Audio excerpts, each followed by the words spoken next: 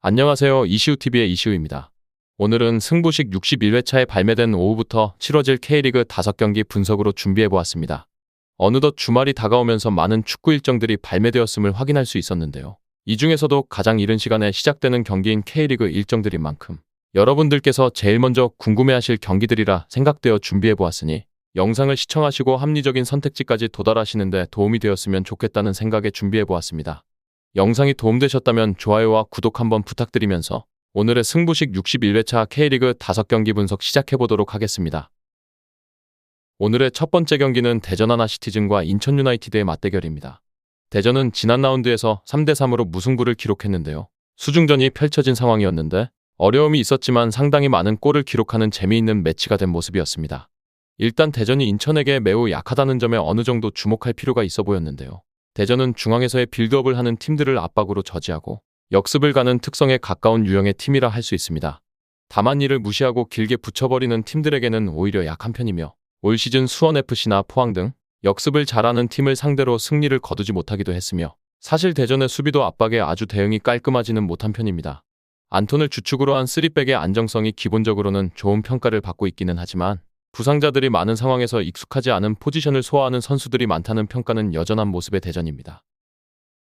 인천은 지난 라운드에서 경기와 매너에서 모두 패배했는데요. 서울을 상대로 2대1 패배를 기록했는데 관중석에서 물병이 날아들어 기성용의 급소에 맞는 등 상당히 큰 논란으로 번지고 있는 상황인데요. 일단 제르소가 퇴장당하기 전까지의 경기 내용은 괜찮았는데요. 서울이 돌파구를 거의 찾지 못하게 만드는 수비적인 기조가 상당히 괜찮았는데요. 지난 경기 상대인 서울과 더불어 대전을 상대로도 상성이 좋다는 점도 긍정적인 부분이라 볼 수 있었습니다. 물론 제르소가 징계로 뛸 수 없고 무고샤도 K리그를 씹어먹던 폼까지는 아닌데요. 역습 전개는 늘 상대의 간담을 서늘하게 만드는 면모가 있지만 골 결정력을 확실하게 커버해줄 선수가 뾰족하게 없다는 평가를 받고 있기도 한 인천입니다. 이 경기는 무승부의 가능성을 염두에 두고 있었습니다. 대전이 인천을 상대로는 약한 편인데 특히 자신들이 압박을 당하는 상황이나 중원에서의 압박을 무시하고 직선적으로 가는 팀들에게 약한 편입니다. 물론 인천의 경우도 전개에 비해서 골을 확실하게 넣어줄 선수가 있느냐에 대해서는 회의적인 관점에서 보아도 큰 문제는 없다고 생각되었기에 무승부의 선택지와 더불어 대전의 플러스 핸디캡 쪽 접근까지 고려해 볼 수 있었습니다. 다음은 김천과 제주의 맞대결입니다. 김천은 울산과 2대2 무승부를 기록했는데요. 일단 무패 행진을 이어가고 있는 상황인데 아쉬운 점이라면 무승부의 비중이 상당히 높다는 점이라 할 수 있습니다. 선두권 경쟁을 하려면 더욱 분발이 필요한 상황의 김천입니다.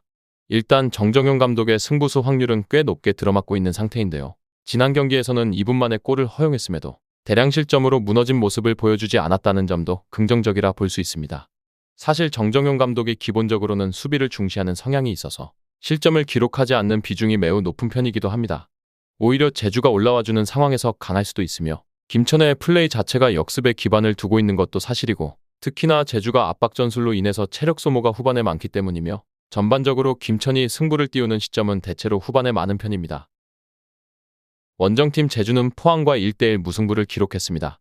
지난 경기에서는 포항의 특기인 후반 라스트 미닛골로 무승부를 기록하는 모습을 보여주었는데요. 다만 4월 전북과의 경기 이후로는 멀티득점을 기록한 경기가 없으며 사실상 제주가 빈공 상황에 시달리고 있다고 봐도 무방했는데요. 이유라면 이탈로가 막히면 중앙에서 활로를 찾아줄 방법이 없다는 것이며 결국 이탈로가 상당히 부담을 느끼고 있는 현재의 상황이며 실제로 김학범 감독도 이탈로를 빼줄 수 있는 상황이 아니라고 발언하기도 했으며 사실상 부상으로 인한 뎁스 부족으로 인해서 제 포지션이 아닌 선수들이 어쩔 수 없이 땜빵으로 들어가는 경우도 많은 상황이기도 했습니다. 이 경기는 일단 김천이 승리를 거둘 것으로 보고 있습니다. 김천이 제주가 적극적으로 압박에 나서주면 오히려 고마울 전망이며 역습에 기반을 두고 있기도 하고 제주가 지친 타이밍인 후반을 노리는 방향으로 가닥을 잡아볼 수 있을 것으로 보고 있으며 제주의 경우 이탈로가 지쳐있고 선수들의 뎁스로 인한 조직력도 상당한 변수라 생각되는 만큼 이 경기는 홈팀 김천의 승리 쪽 접근을 우선적으로 고려해 볼 수 있었습니다. 다음은 안산과 충북 청주의 맞대결입니다. 안산은 지난 경기 부천을 상대로 무승부를 기록했습니다. 날씨 때문에 상대가 빌드업을 하기 어려웠던 매치였지만 본인들도 경기력 자체가 제법 무딘 모습이었다는 점은 아쉬웠는데요. 확실히 경기를 주도하는 상황에서도 골을 기록하지 못하고 있는 안산인데요. 지난 경기에서도 노경호나 김영남의 슈팅이 골문을 외면하는 모습이었고 그나마도 중거리로 기록한 슈팅이기도 했습니다. 전반적으로 공방을 주고 받는 와중에도 슈팅까지 마무리하는데 어려움을 겪기도 했던 안산입니다. 최근에는 압박 라인을 올리는 모습을 보여주고 있는데요. 문제는 역습 상황에서 약점을 드러낼 가능성이 있다는 점이며 실제로 역습에 강한 김포와 부산에게 2대1로 패하는 등 약점을 드러내기도 했던 안산입니다. 원정팀 충북 청주는 0대0으로 부산과 무승부를 기록했습니다. 현재 6경기 무패를 달리고 있는 상황인데요. 하지만 3경기 연속으로 무승부가 나오면서 다소 아쉬운 흐름인 것은 사실입니다. 일단 안산을 상대로는 강한 면모를 유지해왔던 청주인데요. 지난 시즌 말미에도 매우 공격적인 스타일을 유지하던 안산을 상대로 1대0 승리를 기록한 바 있었습니다.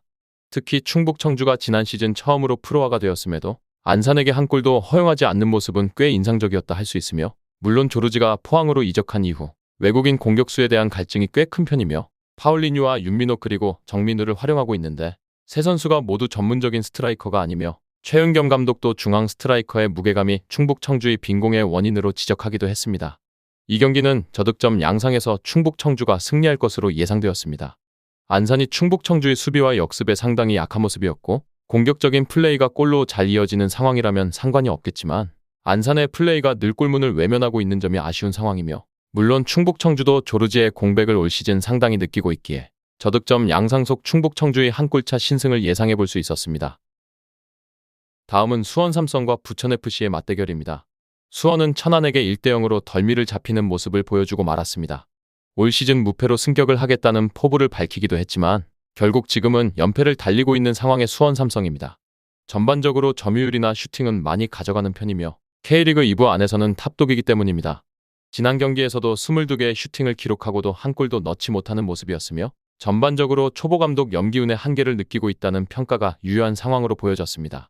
선수들의 포지셔닝에도 이해가 되지 않는 부분이 많았고 크로스를 올리는 상황에서도 박스 안에 선수들이 밀집되어 있는 상황도 아니었으며, 현재 수원의 공세는 기면의 제공권과 측면 공격만 방어하면 어느 정도 대응이 가능한 형태이며 선수비 후역습 성향이 강한 팀들을 상대로는 상성에서는 좋지 못한 수원 삼성입니다.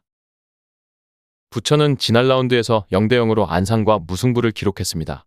비가 오는 수중전 때문에 부천의 경기 운영이 어려웠던 상황이었는데 다소 맥이 빠지는 시기를 보내고 있는 상황입니다. 라인업에 6명의 선수들이 바뀌었지만 여전히 빈공에 시달리고 있는 부천이라 할 수 있습니다. 그나마 전남을 상대로 3골을 넣은 점은 주목을 해볼 수 있겠지만 아직 리그에서 2골 이상을 기록하면서 주포라고 할 만한 선수가 없으며 안재준이 아직도 부상에서 회복 중이고, 다만 닐슨이 주축인 3백의 견고함은 여전히 좋다는 평가를 받고 있습니다. 최재형과 정희웅이 지난 경기에서 장기 부상자 명단에 오르고 말았는데 수원 삼성을 상대로 라인을 내리고 버티면 다소 느린 3백의 스피드를 보완할 수도 있다는 예감은 어느 정도 해볼 수 있었습니다. 이 경기는 저득점 양상에서 무승부를 기록하는 것을 생각해 볼 수 있었습니다. 일단 수원 삼성의 공세가 상당히 단순하다 할 수 있는데요. 상대가 측면과 제공권만 방어하면 막기가 어려운 상태이며 3백의 안정감이 뛰어나고 라인을 내리는 상황이라면 수원 삼성이 우세한 흐름이라고 하더라도 골을 기록하기는 어려울 수 있다고 생각되었으며, 물론 부천도 공격적으로는 아직 감을 확실하게 잡지는 못했기 때문에 이 경기는 우선적으로 무승부와 저득점의 선택지를 고려해 볼 수 있었습니다. 다음은 서울 이랜드와 전남 드래곤즈의 맞대결입니다. 이랜드는 지난 라운드에서 천안을 상대로 4대0으로 승리를 기록했습니다. 지난 경기에서는 나름대로 선수단의 변동이 있었는데 김호규가 선발에서 제외된 것이 상당히 큰 변화를 가져왔다고 볼 수 있었습니다. 김호규가 가장 많은 플레잉 타임을 가져가는 등 혹사당하던 여파가 없지는 않았는데요. 따라서 지난 경기 수비라인에 변동을 준 것은 상당히 긍정적인 효과를 가져왔다고 볼 수 있었으며, 물론 상당히 공격적인 전술상 리스크가 100% 없는 팀은 아니지만 변화의 의지를 보여준 점은 충분히 주목해 볼 수 있으며, 브루노 실바의 폼이 굉장히 좋은 이랜드이며 지난 경기에서도 득점에 성공하면서 9골로 득점 단독 선두로 치고 나가고 있는 상태이며, 역시 김도균 감독의 팀이 공격력에서 문제를 드러내는 경우는 많지 않다는 것이 사실이라 느껴질 정도였습니다. 전남은 최근 2연승을 기록하고 있습니다. 4위로 상위권을 유지하고 있는 모습인데 그래도 전반적으로는 기복이 심한 모습을 보여주고 있는 상황입니다. 사실 전남같이 상당히 공격적인 플레이를 하는 팀의 숙명이라 할 수도 있는데요. 공격이 통하는 상황에서는 매우 좋은 경기력을 보여주기도 하지만 아닌 경우에는 수비적인 난조가 문제가 되는 것이며, 지난 경기에서는 공격이 제법 통하면서 성남을 잡았다고 할 수 있었습니다. 다만 공격력으로는 리그 최고의 팀인 이랜드를 상대로 라인을 올리는 것이 효율적인지는 의문이 남아있으며, 이미 부천전에서도 3골을 허용하는 등 리스크를 상당히 감수하는 모습도 보여준 바 있었던 전남입니다. 이 경기는 다득점 양상에서 이랜드가 승리를 거둘 것으로 생각해 볼 수 있었습니다. 결국 두 팀이 모두 라인을 올리고 적극적으로 승부를 하는 편이며 공격 대 공격이 부딪히는 매치가 될 것으로 예상되었습니다. 다만 전남이 상당히 기복을 보이는 편이고 지난 경기 김호규를 나름 출전 시간 조절을 하는 모습을 이랜드가 보여준 점은 긍정적인 부분이라고 보고 있기 때문에 이 경기는 이랜드의 승리와 다득점의 선택지를 채택해 볼 수 있었습니다. 정확한 배당 변동에 따른 실시간 추적과 최종 예측은 배팅 마감 직전까지 이루어져야 합니다. 위 부분을 참고하는 배팅이 아닌 더 근시적인 결과는 배당률 흐름의 변화 및 경기 시작 전 결장자 정보에 따라 변동될 수 있습니다. 함께 배팅으로 더 효율적인 승률을 만들고자 만들어낸 채널입니다. 모든 경기를 영상에 담아내기에 한계가 있습니다. 이외 다른 경기들의 정보와 결과 예측 및 더 많은 도움이 필요하시다면 분석방으로 언제든지 연락주세요. 최선을 다해 보이겠습니다.